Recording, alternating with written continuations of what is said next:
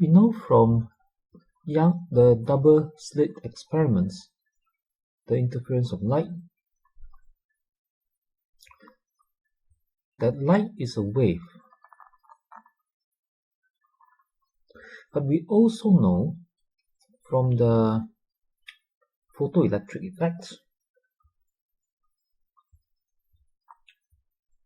of the Einstein's explanation that that light is made up of particles.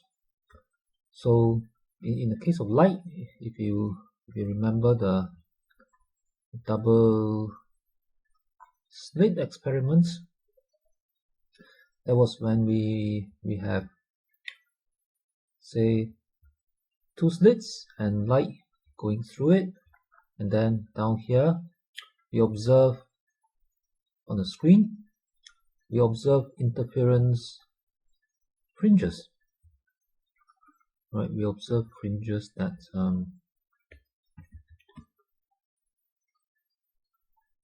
where the light coming through here does not just spread out uniformly over the screen, but the light coming out from the two slits can interfere destructively and constructively at certain places. So at certain places, the light can actually cancel each other out. That's the kind of thing we expect from waves, say when a peak meets a trough, but not with normal particles. However, from the photoelectric effect, when, for example, if we have a piece of sodium and we have green light shining on it, we know that particles can be particles of electrons. We know that an electric current can be emitted when green light falls on a piece of sodium metal, for example. And the fact that when we have light of a lower wavelength, the current does not, the electron does not get emitted. The electrons do not get emitted. Right? This property has led Einstein to realize that we have to think about light in this experiment. We have to think about light as being made up of particles of photons.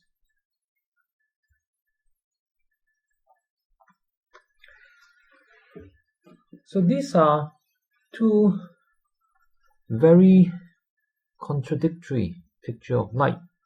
Remember that we can't actually see light itself, whether it's a wave or particles. We cannot see it directly. We cannot see this wavy motion of light. We cannot see something that goes up and down, or that looks like a wave coming towards us or traveling past us when there is light around us. We can only infer or deduce that light is a wave by such experiments as the double slit experiment, where we observe fringes, where we observe light and dark patterns, and that's the kind of thing we would expect for a wave. So we say that light is a wave. But the photoelectric experiments show that in order to understand how the current is emitted, how it changes with the frequency of light, in order to understand that, we now know that we have to think of light as being made of particles. Now, particles like electrons, for example, or even pieces of stone, are little lumps or little specks of things that are quite small, right? That are quite small. And light or a wave, on the other hand, is something that is maybe not necessarily quite big, but something that's quite long, something that spreads out. So we have a very very obvious difference, right, for a wave and a particle. Right, the nature is very different in the sense that we think of wave as something that spreads out to a very large distance. The particles is something that is like a small piece of thing, right? That it's a small, like a small thing.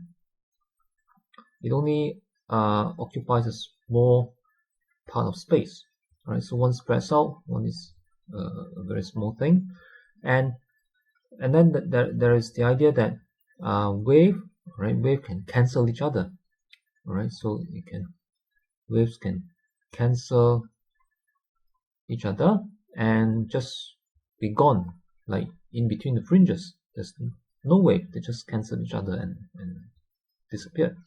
But we don't expect this of particles. Particles can knock into each other, but when two particles hit each other, they may bounce apart, but they won't cancel each other. They won't just vanish or disappear, right? So it cannot do this, right? It cannot.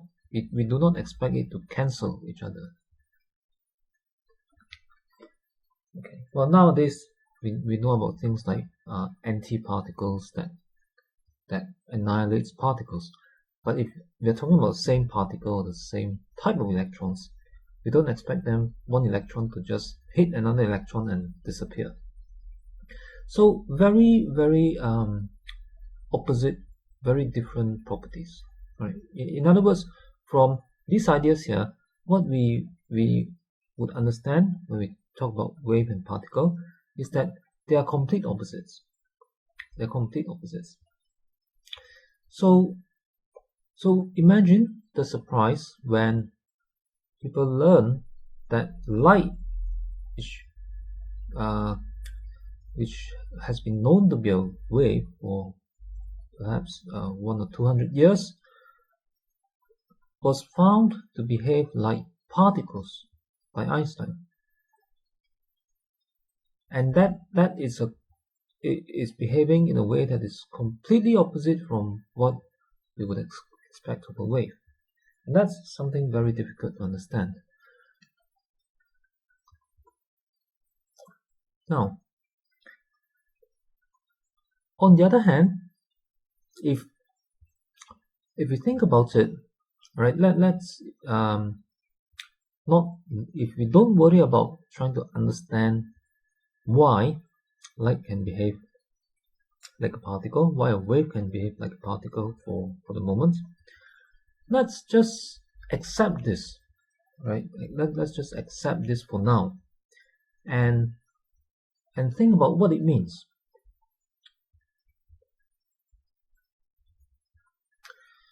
Now, light, we know that light is a wave and it can behave like a particle. Okay, so light, we know about light. Okay, light, we know that light is a wave. We know that it's also a particle now. Right, it can behave like a particle, so it's a particle. It can be particles. Now, but let's look at a particle. Let's look at something that we know is a particle. Let's look at an electron. We know that an electron is a particle. We know that an electron is a particle. Now, if a wave can be a particle, it seems natural to ask, can a particle be a wave? Right? It just seems fair, right? If a wave can be a particle, so why can't a particle be a wave? So it seems like a fair question to ask, and it seems fair that a particle should also be a wave. And that is something really hard to imagine, because we are quite familiar with particles around us, like little pieces of rock, little bits of sand, or little balls bouncing around. These are all small or big particles. Now, if you throw one stone at another stone, you don't expect them to destructively interfere and vanish. Okay. So, can we expect that of an electron? Well, that's very hard to imagine. but no one has seen an electron before. So why not just let our imagination run wild and imagine that maybe, just maybe, electrons can behave as a wave. And if it can behave as a wave, let's see where that leads us, where this idea leads us.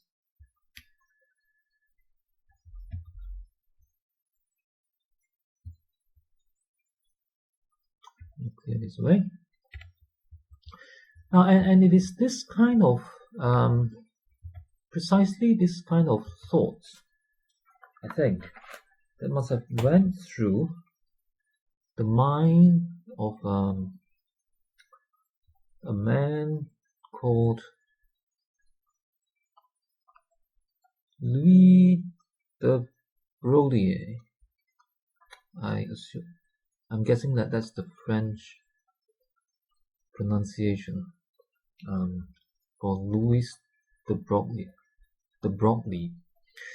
Now, so I'm going to call him the Broglie from now on. And the Broglie in 1924 or thereabouts, he wondered about exactly this. Can an electron be like a wave, and what if it can? Okay, let's see. So let's think about a wave. Okay, a wave, what do we know about a wave? A wave is spread out. A wave has wavelength. Okay, what do we know about a particle? Well, a particle is not spread out. It's a little lump thing, and it can move around. Okay, so it has velocity. It has mass, of course. Particle has mass. So we know this much about particles, and we know this much about electrons.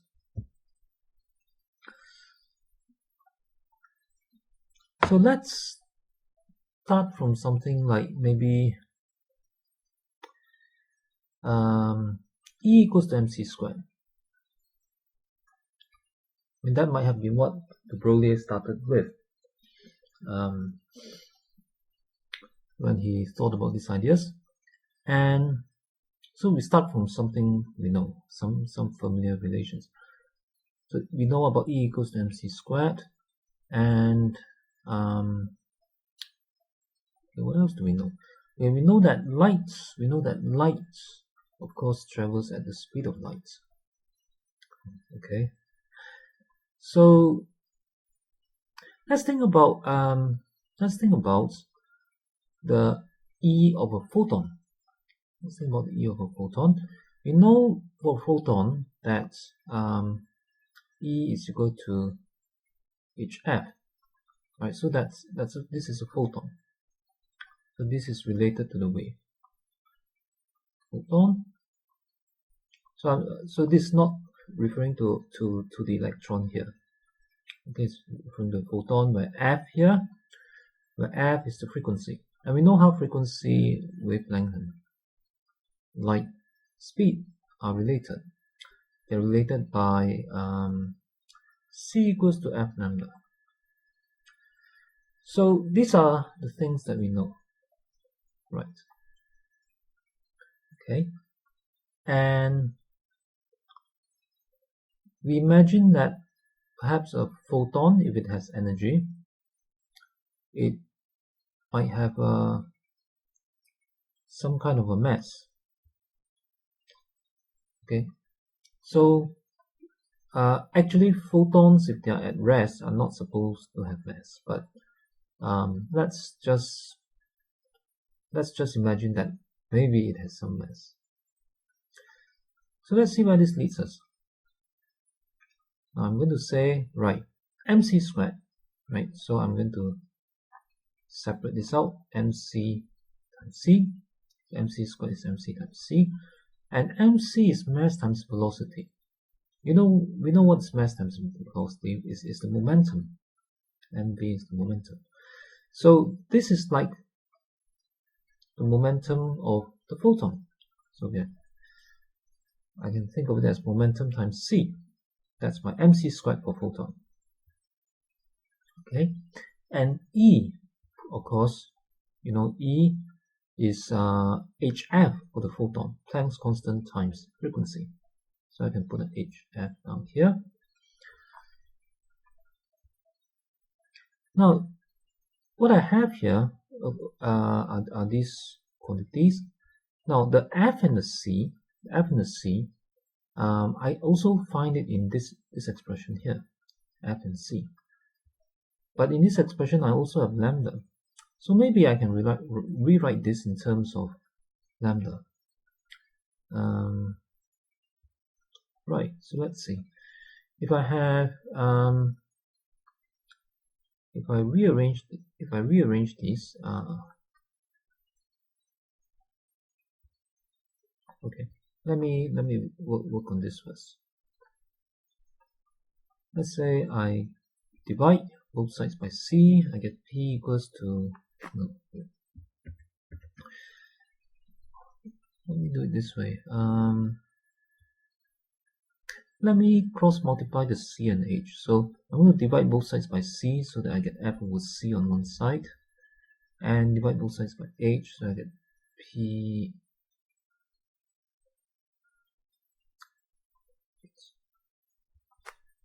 c over h over c. Okay, let me redo this. I'm going to divide both sides by p so that I get h over p on this side, divide both sides by f and get c over f on this side. Right, okay.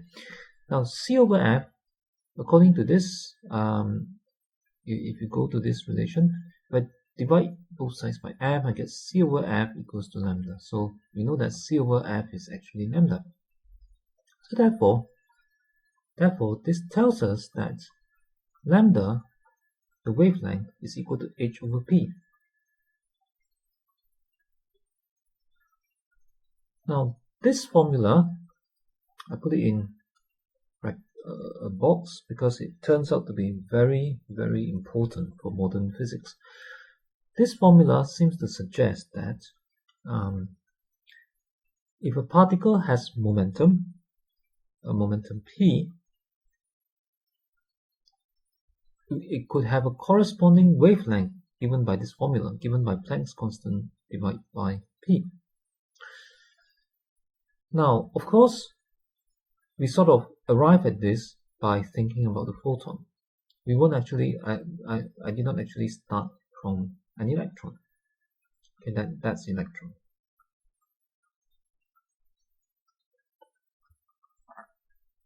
So I was thinking of photon where there's a wavelength in the first place because it's a wave, or it can be a wave.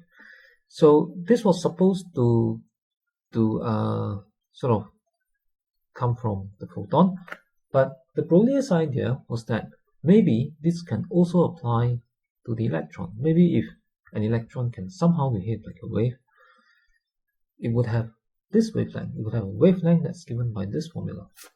So that's a pretty big leap in the imagination. Okay, completely original and completely different from anything people have imagined before that. So that's all very well. That's all very well for the imagination, but for this to be of any use, we have to check. We have to check that.